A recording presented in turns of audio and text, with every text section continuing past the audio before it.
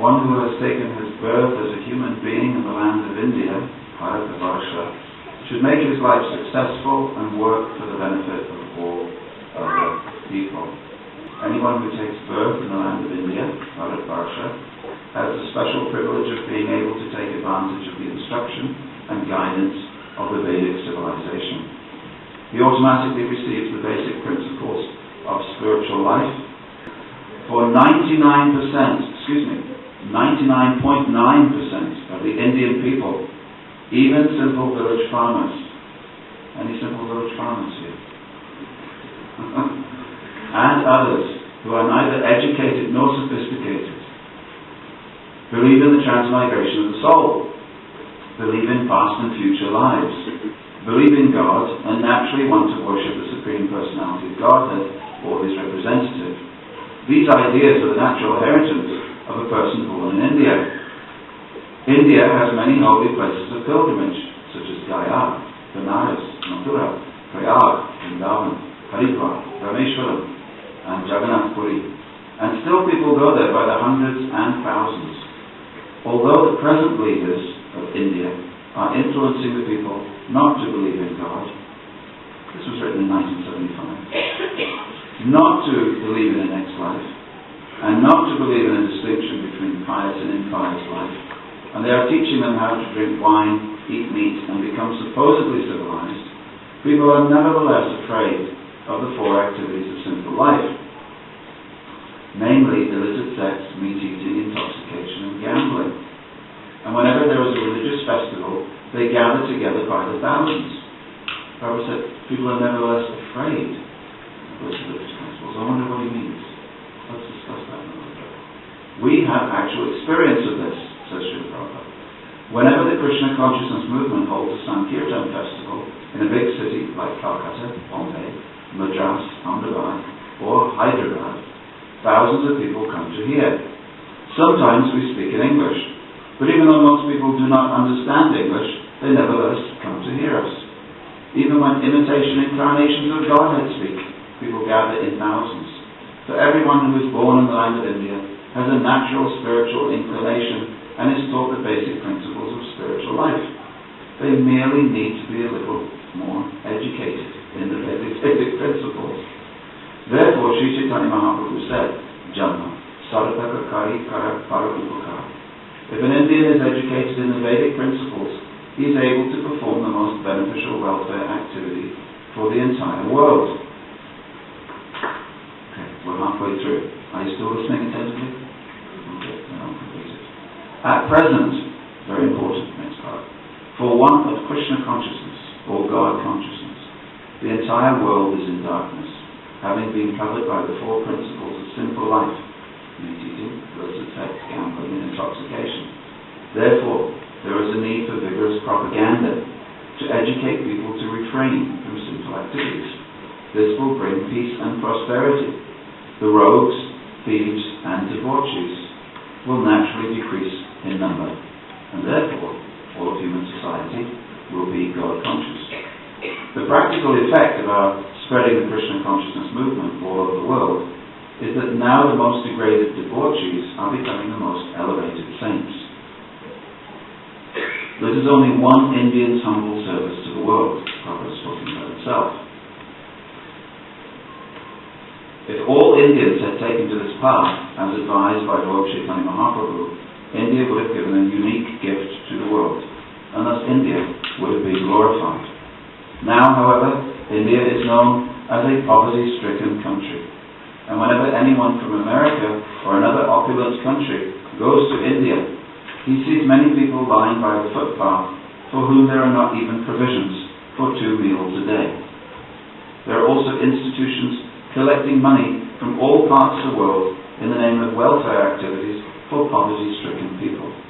But they are spending it for their own sense gratification. Now, on the order of Chaitanya Mahaprabhu, the Krishna consciousness movement has been started and people are benefiting from this movement.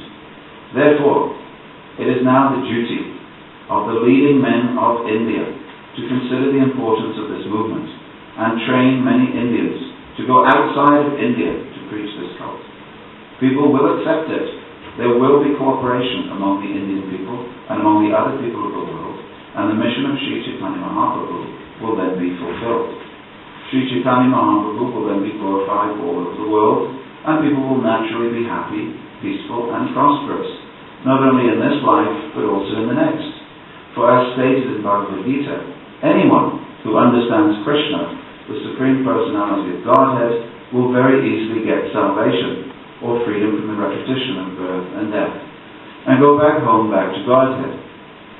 Sri Chaitanya Mahaprabhu therefore requests every Indian to become a preacher of his cult to save the world from the disastrous confusion.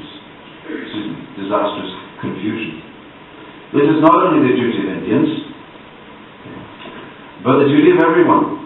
And we are very happy that American and European boys and girls are seriously cooperating with this movement. One should know definitely that the best welfare activity for all of human society is to awaken man's God consciousness or Krishna consciousness. Therefore everyone should help this great movement. This is confirmed in the Srimad Bhagavatam, 10th canto, 22nd chapter, verse 35, which is next quoted in Chaitanya Charitamrita. I will quote that. It is the duty of every living being to perform welfare activities for the benefit of others with his life, wealth, intelligence, and words. That's the next verse. Om Adhyana Namaste Kanandra Shloka Chakshurina Tasmai Shri Gurave Namaha. Any questions or comments? In this one purport, Prabhupada says everything. It is really the essence of the Krishna consciousness movement. The movement of the Krishna consciousness movement. You know, sometimes you have vowels, but you don't have a movement. The vowels are there, and they're there for a particular purpose. They're meant to keep, what's it called? Peristalsis. It's meant to keep things going down the alimentary canal from here to somewhere down there. That's the idea of the vowels. It's the throat, esophagus, the stomach, and the large intestine, small intestine. That's what it does. It processes elements of food substance, extracts the nutrition, and then expels it. Okay. That's a movement. However, sometimes you get constipation. Constipation means when the movement is not moving, or nothing's happening. It's shaped like a machine for moving things, but it's not moving. Nothing's happening. Constipation leads to what? It leads to consternation. Okay? And it leads to irritation. I had a chemistry teacher. Consternation means, I don't know what's happening with me. I've got to go and see the doctor. You can get hot flushes, feel all kinds of symptoms. Can't you, doctor? Okay? You get all kinds of symptoms. And then you have to go and see the doctor. So I just don't know what's wrong with you.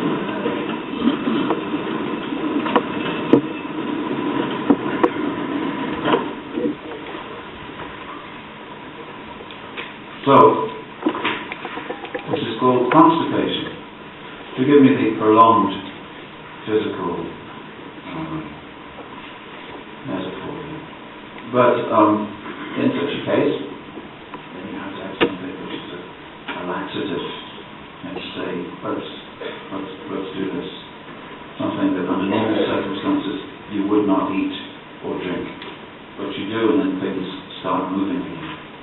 So sometimes you have an organization to spread Krishna consciousness. An organization like ours is like the bowels. It's not actually an organization as such. It's a movement. It's meant to do something.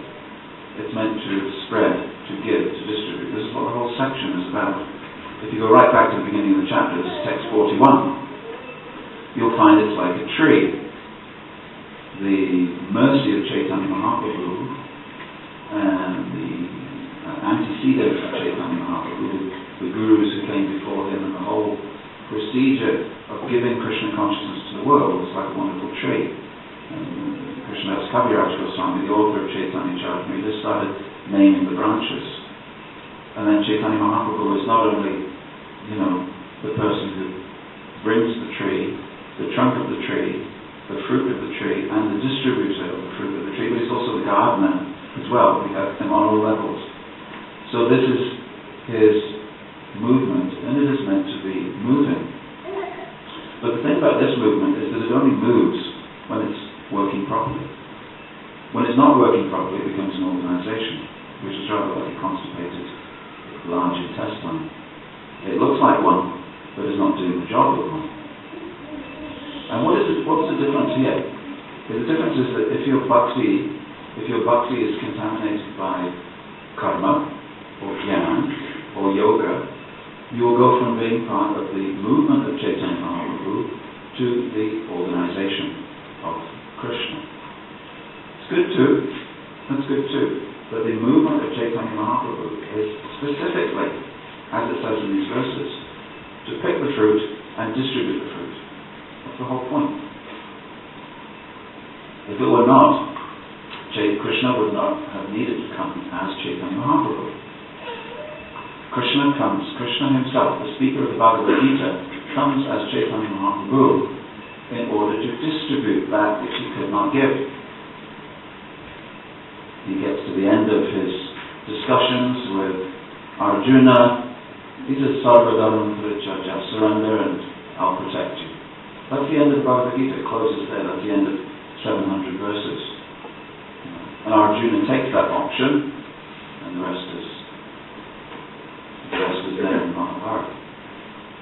Some years later, Lord Krishna has an opportunity to speak again, not to a warrior in the middle of battle, but he speaks to Uddhava. And whereas he doesn't have a great deal of time with Arjuna, he speaks 700 verses. With Uddhava, it's 1200 verses. And he's telling Uddhava stories about, you see in the Bhagavad Gita 4:34, Krishna says, find a saintly person, and he gives some clues to a saintly person. With Uddhava, he gets into the details of who you're looking for. And Krishna tells the story of, very interesting. The Arjuna says, find the Guru, surrender to the Guru. Arjuna doesn't, there's a little bit of discussion on that subject. With Uddhava, Krishna tells three stories. He tells three stories about the progressive spiritual life of a person in this world. And it's very interesting. So he has a little bit more time. But as Chaitanya Mahaprabhu, Krishna comes to give that which he didn't give before. And he comes and he takes the fruit of all the Vaishnava Sampradayas and he distributes that. And in this verse, we find that this verse here, someone in the land of India, of course this is the life member making verse par excellence. All the devotees in the past would learn this verse and they would say, your job, having been born in India, is to make your life successful and work for the benefit of all other people, and that means you should become a life member of the Krishna consciousness movement. That's one option. These days, we don't just say that, do we? We should say, you should take this bead bag and you should chant, and you should become an initiated member of the Krishna consciousness movement. You see? Not that simply India and Indians are a resource for the Americans and Europeans. No. What do you think, Ramesh? I'm stirring up you. So, but actually that India should become a repository of initiated Vaishnavas who are followers of Chaitanya Mahaprabhu. Then and only then will they go all over the world. Because unless you become a follower of Chaitanya Mahaprabhu, how can you become a preacher? You see the difference? See the difference? You really see the difference? So there's this wave. One Indian came to America. He sat underneath the tree, played cartels, played a set of bongo drums that someone had, chanted the Hare Krishna mantra. And then, second wave, he went back to India, took the dancing white elephants with him. They danced, they jumped up and down, and the Indian said, how marvelous. An American who jumps up and down. He's wearing dhoti. Well, he's doing a lot more than wearing dhoti. He's learning how to be a Vaishnava. So I remember the day when I used to tell people, and do you know that this Krishna consciousness movement has 10 temples in India? And I used to go to Indians' homes and they would go, oh, like Shivananda Swamiji has taken the movement to America, now you Americans have started 10 temples in India. Wow. Now there are 10 temples in just one city. Delhi is now 10th temple. How many temples in India? 40. Huh? I know there's at least 75 listed in Back to God events. We're opening all the time. So there is that effect. So now what we want to happen is we want all the Indians in India who go to these temples to become first-class preachers of Krishna consciousness, and then to be sent all over the world to the places where Krishna consciousness is not happening. What about that? Including America. Including Europe. What about that? What about another wave of Indians coming from India preaching Krishna consciousness? How would that suit us? Okay. Would that be a challenge for us? You Europeans? Would that be a challenge for you? I don't think so. And in this way, the waves of bhakti keep flashing backwards and forwards across the world. We have no idea what's going to happen. If someone told me many years ago that one day there will be 12,000 devotees in Kirtan in Russia, I would never, ever thought that. I went to Russia in 1979 at Scottsdale Airport, and I thought I was really being brave by going around the airport by the arrivals lounge with a pair of cartels chanting Hare Krishna and distributing 3 Bhagavad Gitas that had just been printed. Outside Russia, 4 Russians, we smuggled them in. And I thought, oh, I'm being very brave. If I get caught, what will I do? It's just completely illegal. And it is completely illegal. And 7, 8 of them got caught, and several of them were not, were punished very severely.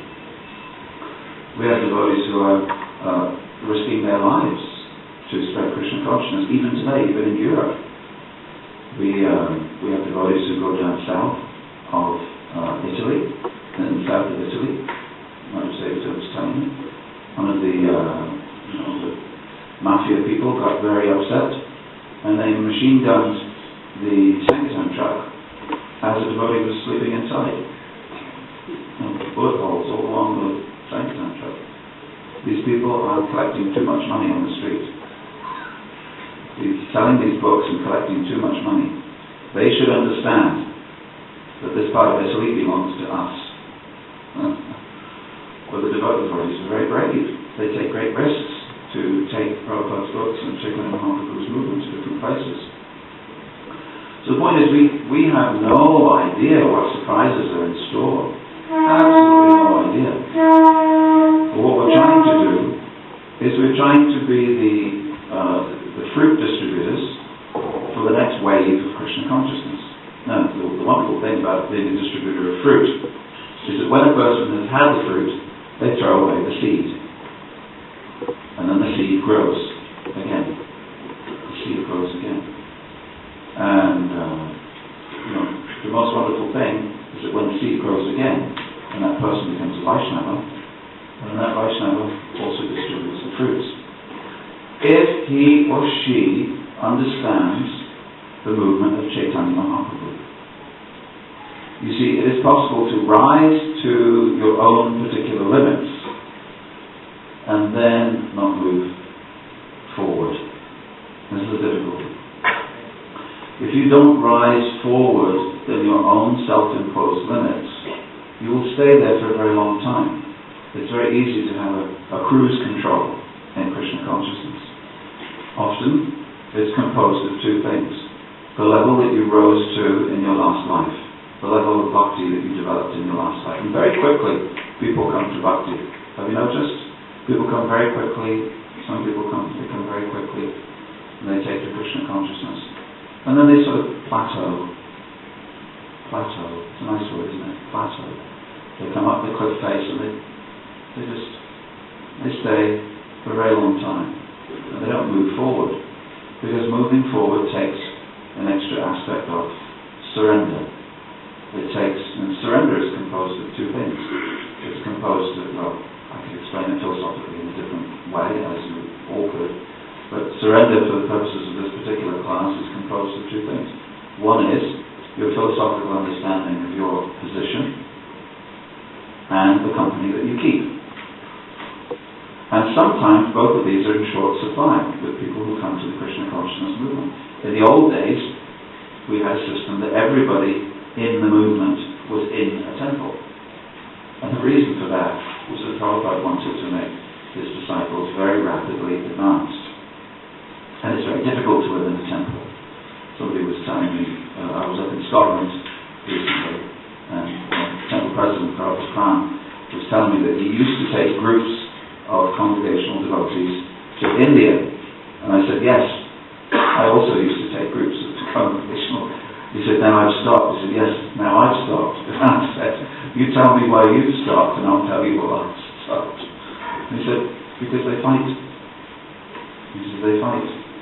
He said, because no one, it seems, can live together in cramped circumstances for a very long time. Even in India, even doing something wildly exciting. If they have to be on a train together, or cramped up in a room with a person that they don't know, or share the shower, or be on a bumpy bus, or sit in a taxi, squeezed with three in the back, and they don't particularly know the person, it's very difficult. And then everybody wants downtime. They want to go somewhere else. They want to go off in this direction. Sometimes I would say to people that taking a group of congregation members to India is like herding peacocks. Peacocks don't travel in a herd. They're all independently thoughtful people. They don't go. So we had a situation where what Prabhupada created was life in the ashrams. And life in ashrams meant communal Krishna consciousness. So when people have communal Krishna consciousness, when they come together in a community, they learn very rapidly.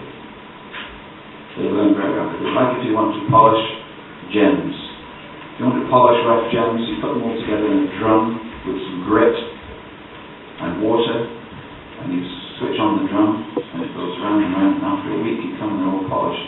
They're polished by bumping into each other. They're polished by the grit. So what is the grit? The grit is living together with other devotees. Really hard thing to do.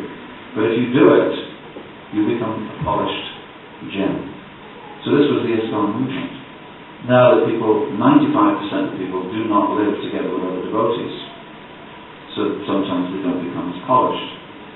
Sometimes they fear about, associating with devotees, and they may do it once a month. But only if it's comfortable. 50% of our congregation go to congregational groups, and of that, only 50% turn up regularly. It means that you may not get the benefit of devotee association, but you may just come to the temple in an established pattern of worship that was given to you by your grandmother, usually. That's usually the guru of the family is the grandmother. When you come and you have darshan, you put the coin in the box and you take the shot, you socialize a bit, and then you go home. Bhaktisiddhanta Saraswati said, coming to the temple is not eye exercise. Deities, devotees. He said it is not eye exercise. Rather you should try to listen to something. So, we should always be very conscious of what the Krishna consciousness movement is spreading. What fruits are we distributing? Because those fruits may be acculturated to worship patterns that were there long before the Krishna consciousness movement took shape. People may come and have their different understandings of bhakti unchallenged. And the significance of Chaitanya Mahaprabhu may 20 years, 30 years, people may not know who he is.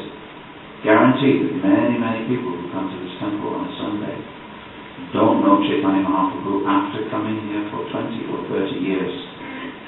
Now, that says something.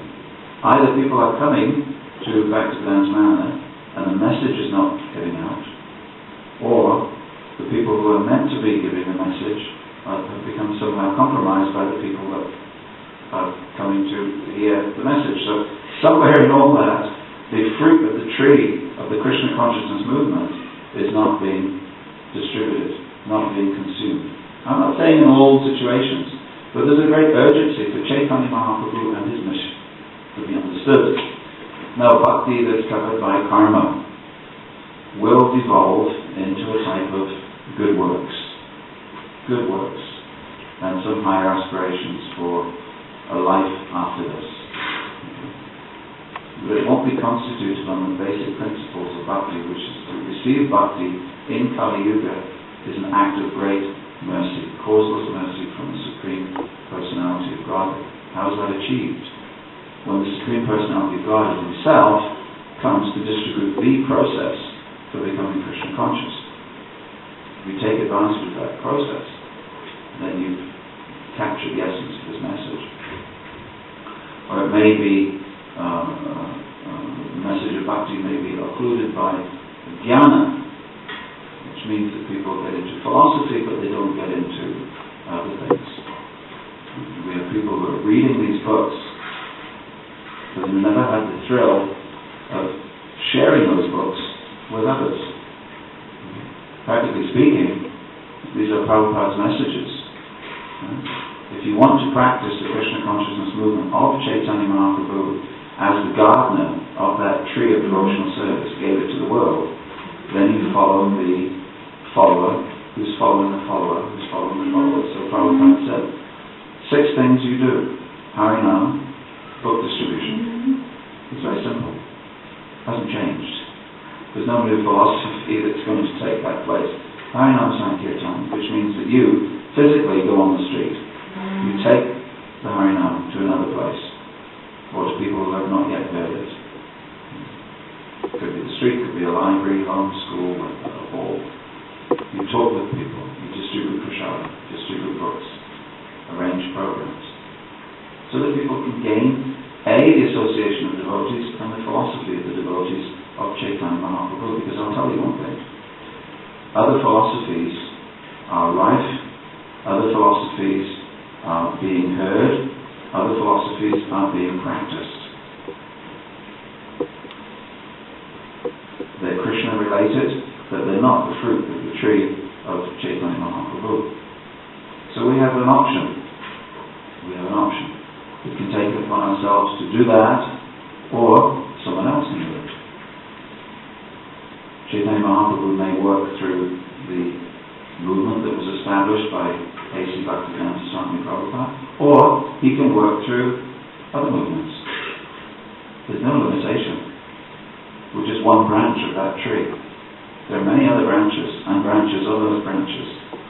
If this one's unsuccessful, Prabhupada in 1966, when he was establishing ISKCon, he said, we've established ISKCon to support the movement of Chaitanya Mahaprabhu. He said, if it is unsuccessful, then what can we do? So the movement goes on, it's just that ISKCon may not be part of that movement, and that would be a great shame, because that's what it was started to do. So in different parts of the world, in many parts of the world, ISKCon is still very much part of Chaitanya Mahaprabhu's movement, and in some parts it isn't.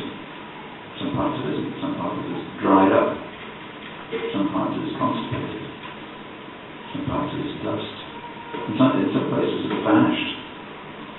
So, how to keep that fruit healthy? Well, all trees need water.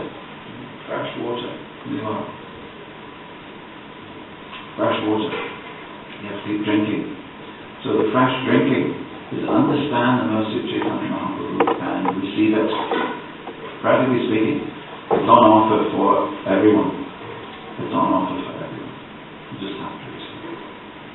So in this particular purport, Prabhupada is going really strongly about the movement of Krishna consciousness and how it is important that the people of India understand its importance.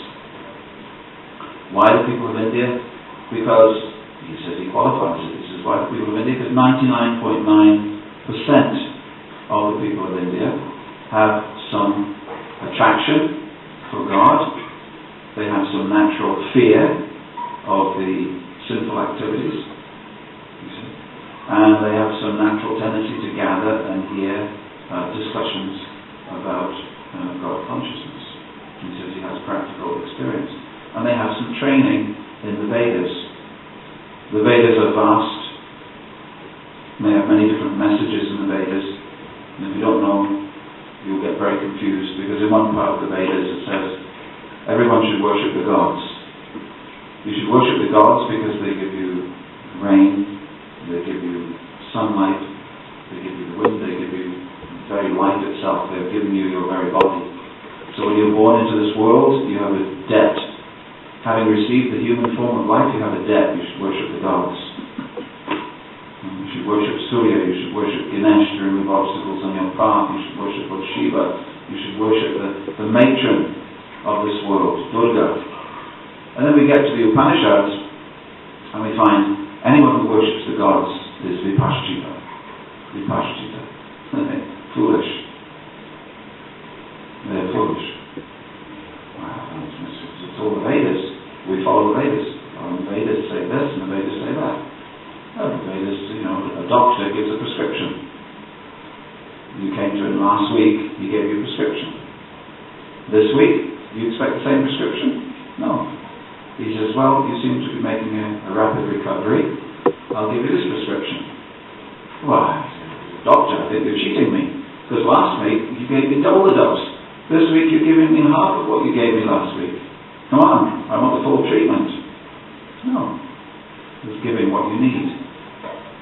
So according to what you need, you'll find the right Vedic portion for you. The Vedas are not absolute.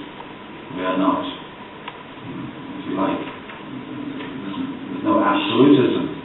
There's more of a departmentalism with the Vedas, according to who you are. But in Kali Yuga, you don't have a very long time. Life is short. In fact, life is always shorter than you think. It will always catch you out. Well, I didn't think I was going to die this week. And nobody does. Even someone on death row, he hopes against hope that there'll be the stay of execution. Death always comes as a surprise, especially if you're young. It's always a surprise, even if you're old. I knew I was going to die sometime, but I didn't know it was going to be now. Death is always now. Because there is only one thing, now. There's only one thing, now. When is the time for becoming Krishna conscious? Now. When is the time for distributing the fruits of Krishna consciousness? Now. Don't wait. If you wait, it may not come. You'll be like the duck that goes underneath the back of the bull, looking up, thinking, the fish will fall very soon. But he's an illusion. There's no fish, and it's not going to fall off. Robert said, don't be like that duck. He said, don't always think that it's going to happen at some point in the future. Your business is now, making it happen. I don't think that it's someone else that's going to make the Krishna consciousness movement move. It's not. You are the Krishna consciousness movement. It's you. I'm sorry to be a surprise for you. But the person who is creating, the person who is the next generation of the Krishna consciousness movement is sitting here in this room. Or perhaps listening at home. I think you're toast. But the next generation is here in this room. We are it. And you may look in the mirror when you put on your tilak and you may think to yourself, well, I'm glad someone else is preaching this Krishna consciousness movement. I'm glad it doesn't have to be me. But if everybody thinks like that, what will happen? Nothing. Exactly nothing. So it's you. It is you. I didn't know in 1974 when I sat over there and chanted my first round and forgot the words. But one day I could identify myself with this purport, because a year later I was one of those people who were distributing Prabhupada's books, and Prabhupada came here, and there was 15 of us. He brought us in.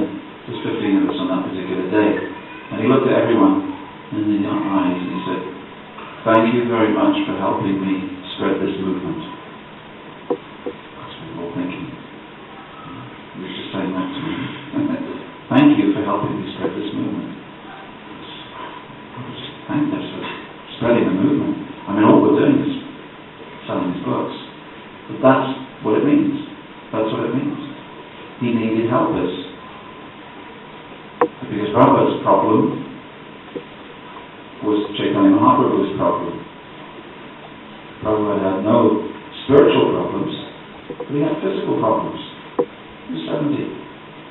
And even if he wasn't 70, even if he was 28, he would still have the same problem as Chaitanya Mahaprabhu. I'm the only gardener. How many places can I go? How many places? To how many people can I distribute this? Therefore, Lord Chaitanya says, he says, I order everyone to distribute this Krishna consciousness movement all over the world. And then he says this verse that we've just been reading today. So if Chaitanya Mahaprabhu is Krishna coming for Kali Yuga, and if he says that his order is not just Sarvadharma and Purushachara, but to take the Krishna consciousness and give it to everybody, then the religion for Krishna consciousness in Kali Yuga is giving Chaitanya Mahaprabhu's message to everyone. That's the religion. If you ask a Muslim, what is your religion? They say, well, I read the Quran, I do namaz 5 times a day, I do zakat, I do, follow Eid, he can name you all the different things that his religion commands him to do. If you ask a Roman Catholic, what's your religion? He or she will say, well, I go to Mass, I go to the rite of Christian initiation for adults, I learn the catechism, I make confession, I celebrate all the main festivals of the church. Okay? If you ask a member of the Krishna consciousness movement, what is your religion? What is your religion? That devotee has to say, not only I read Bhagavad Gita, read Srimad Bhagavatam, there's 4 regulated principles, we chant 16 rounds a day, full stop. That person has to say, I worship Chaitanya Mahaprabhu and I execute his order of taking the fruits of love of God and I distribute them everywhere I go. That is the religion that we practice. And it's a very important detail, because if you don't practice that aspect of the religion, you haven't got it. You're not a member of that religion. You may be a member of Vallabhacharya's religion, who also worships Krishna. You may be a worshipper of Vishnu Swami, who also worships Krishna. You may be a worshipper of Madhvacharya, Madhva Sampradaya, who worship Krishna, who also worships Krishna. You may be a follower of Ramanujacharya, who also worships Krishna.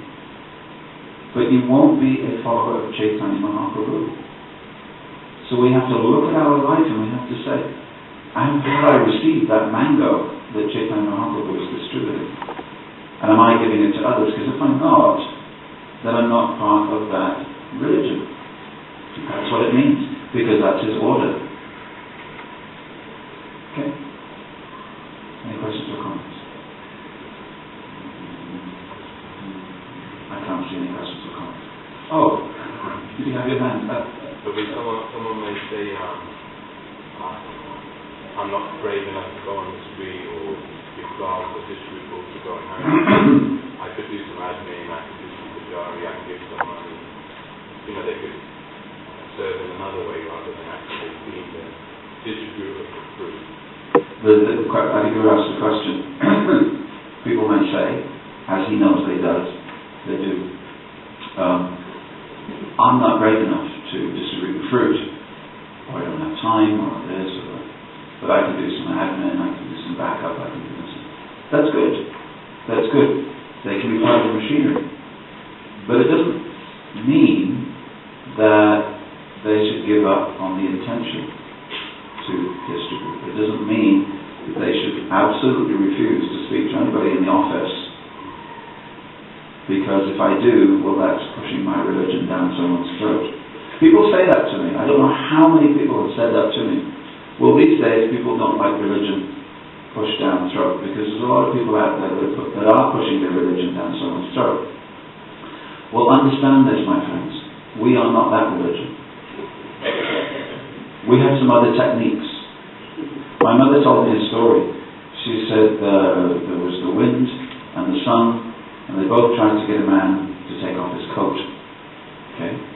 And the wind blew, and the man just buttoned his coat up.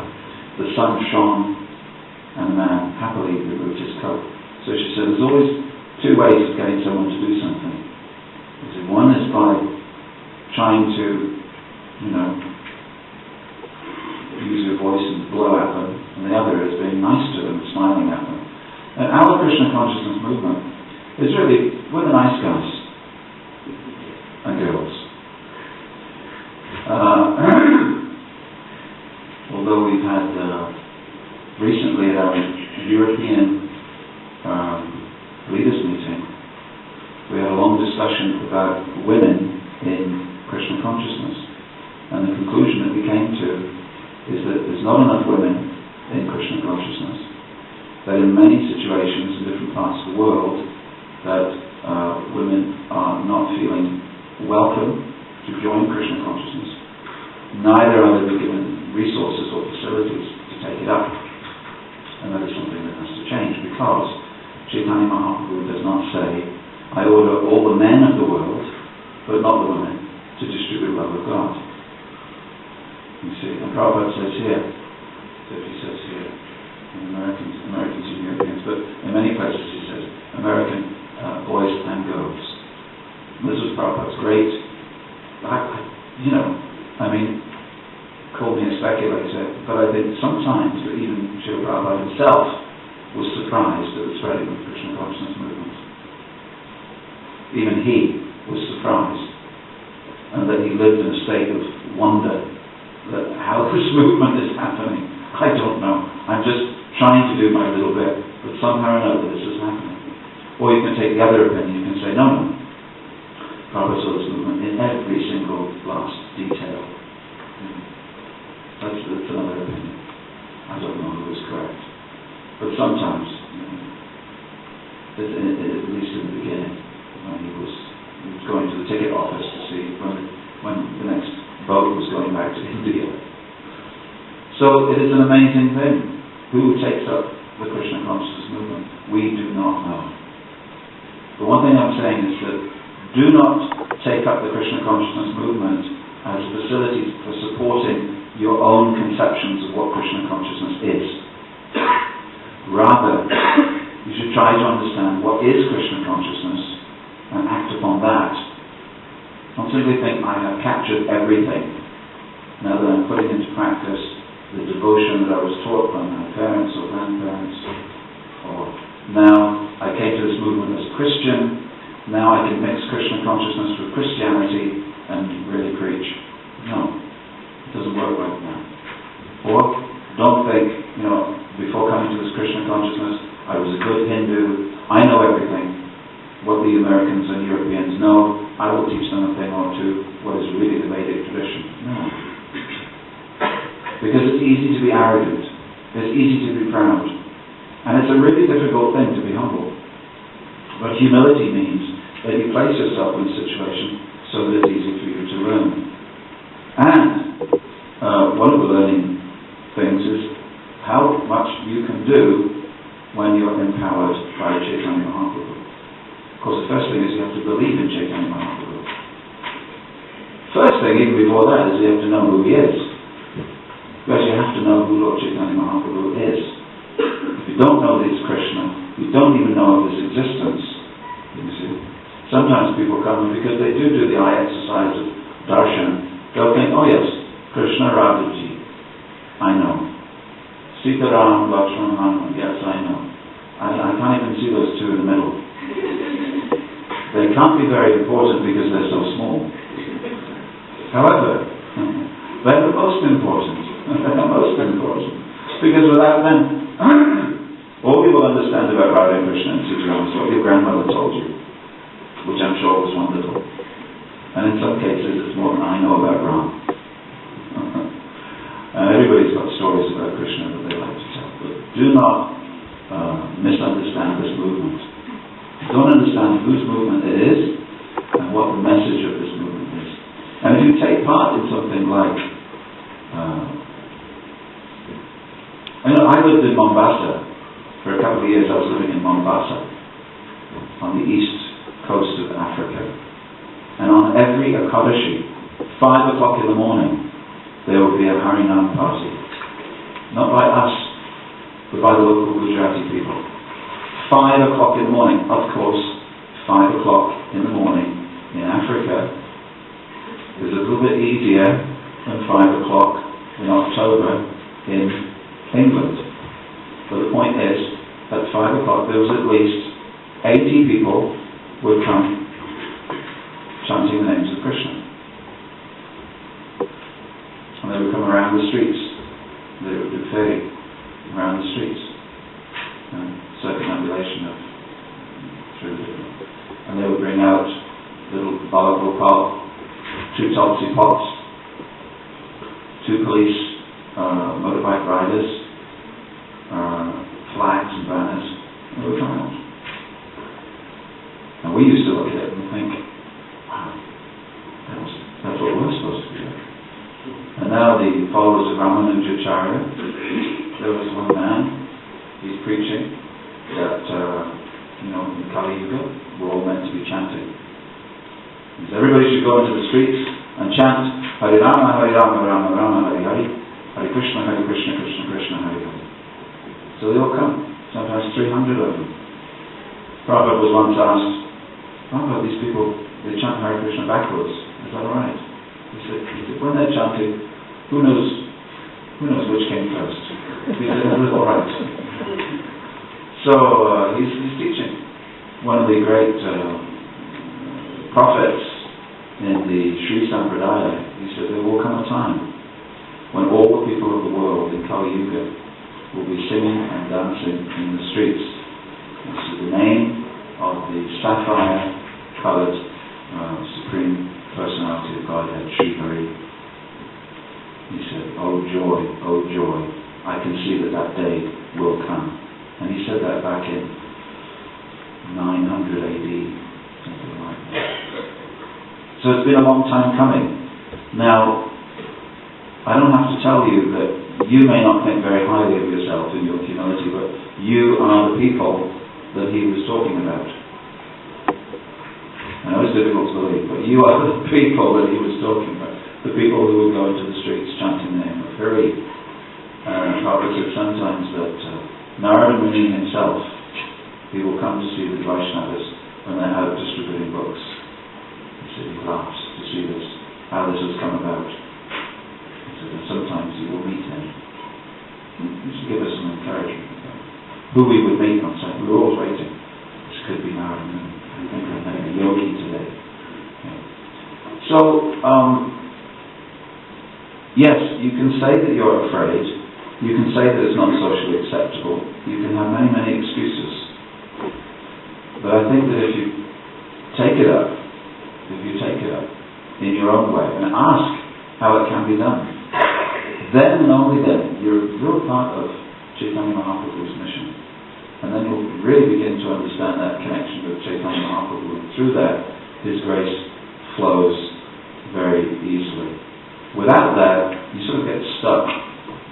There's a sort of bhakti that can stay the same for 30 years. But this is the life. This is the life that was meant to finish it all. This is the life that was meant to be the last one. So make it the last life.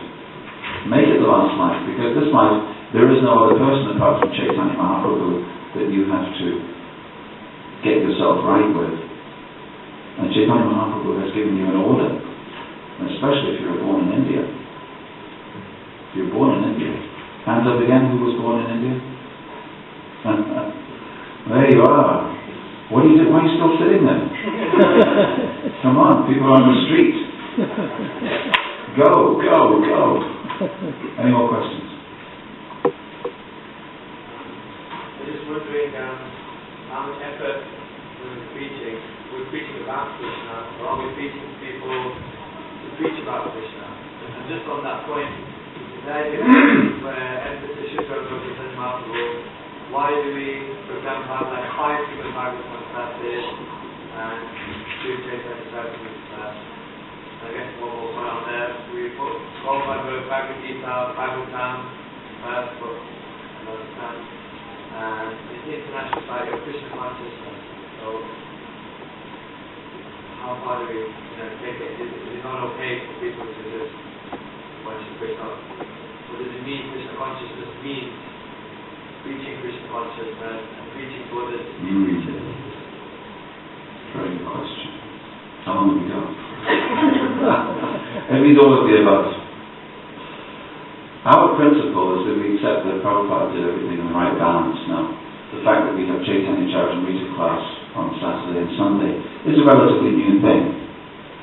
Because there was a time, when I was a kid, that there was no Chaitanya Charitamrita.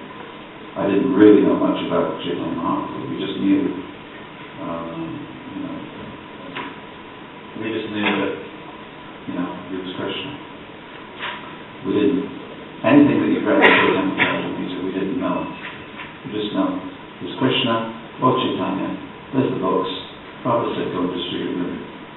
Okay, what are we waiting for? Haven't you finished breakfast yet? We were very, very happy. Very, very happy to do that. I would say we're sometimes a little too happy in our ignorance of who Chaitanya Mahaprabhu was. Then, just the other day we had the Sharad Purnima Rasa Yatra Festival. Well, at least in London, they had Krishna was decorated with moonlight and bhajan. So on that day, at the end of the festival, I think it was 75 or 76. But devotees came in with cushions, and on each cushion was a volume, one of the 17 volumes of Chaitanya Charitamrita. They all came in a long procession and took the Chaitanya Charitamrita up to the altar, and it was placed on the altar there at very place. And no one had ever seen the books before. But we were all having a Christmas marathon, we were all really doing it. So it seems as if, this is my opinion, it seems as if Srila Prabhupada was the broadest of the broadest Gaudiya Vaishnava Acharya. It seems that this movement has something for everyone. And in other places, you won't even hear the name of Lord Narasimha. You won't even see that. And some places they say, why does this come? When we go around the Tulsi bush, Yani Kani Chakra, why is this come singing? This is a Karma Mishra Bhakti song. Why is it only pure Bhakti? Prabhupada was very broad. I think Prabhupada was really distributing our message in such a way that every single human being would find something. But his concern was, just at his last point, he said that Varnashram must be, something else that must be distributed, a social framework in which people can make spiritual progress. Without that, we've not yet done everything that Prabhupada. And why? Because he said, if the modes of passion and ignorance are diminished, then automatically the mode of goodness is re-established. It's a very interesting thing. But all that it takes for the mode of goodness to flourish is the absence of the mode of passion. That's what he says also in his third book. For God consciousness to flourish, for people to be able to see God All you have to do is remove the mode of passion and the mode of ignorance. So as soon as people stop the sinful activities, then God consciousness is much easier. But it does mean that we have to make it easy for people in every town and village. In every town and village means in every town and every village. There are other groups that say, well, what it really means is every town and village in Bengal. And you go to your Martha's or you reach every town and village in Bengal. That's what it means. We've done our job. No. Actually means every town and village. There are many places in the world where Krishna consciousness is not yet gone. But we apportion those to different people. Oh, such and such Swami is the GBC of Formosa. Must mean something's happening there. Nothing's ever happened there. Oh, my Guru Maharaj is the GBC for Papua New Guinea. Oh, a preaching centre there? Temple? No. Has he ever been there? No. So the GBC has a list, and you should also know that list of places where no one has ever been. So we have to think geographically. But there's places in this country, my friends. The last time they saw book distribution was in 1973. There's so many places where we haven't got. Because why? Because we keep going back to the same towns. Why? Because we know that I can guarantee certain book sales. And if I go to these other smaller villages, then I won't sell as many books. It's not always quantity. We have to meet people. Chaitanya Mahaprabhu, Prabhupada says that the future devotees of this Krishna consciousness movement are already living in every town and village. And it is the duty of the present members simply to go and find them. Simply to go and find them. It may be that Krishna put someone slap bang in the middle of London or Harrow. That may be his arrangement. Or it may be that, he doesn't. There's a very small village, a very, very small village. There's only, 20 houses. But in that village, one person sits and they watch Ramanuja's television program that is broadcast now all over the world. That has brought Krishna consciousness into every town and village potentially. But people have to know that there's a cable TV show that they can access, or satellite TV show. People have to know these things. And sometimes people just, they don't know. Alright, you may argue that sometimes it's not the right time for them to know. We have these temples, we have the books, 500 million books all over the world. So if a person wants to find out about Krishna consciousness, now there's the internet, they will come. Well, they will come attitude will make you fat and the Krishna consciousness movement constipated. If everybody thinks like that, they can come. The books are out there, we have temples. Is that what someone did for you? You just rolled into the temple?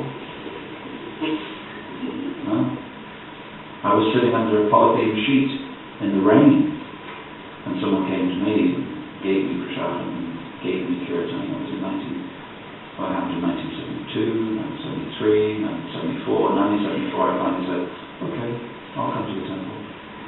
We have people getting initiated, within a few weeks, who first got the seed of Krishna consciousness 20 years ago. So for some people it takes a long time. So we have to be planting seeds everywhere. And then staying in touch with people. If you don't stay in touch with people, how can you say that you care whether they get Krishna consciousness or not? It's like a father. A father can easily distribute seeds.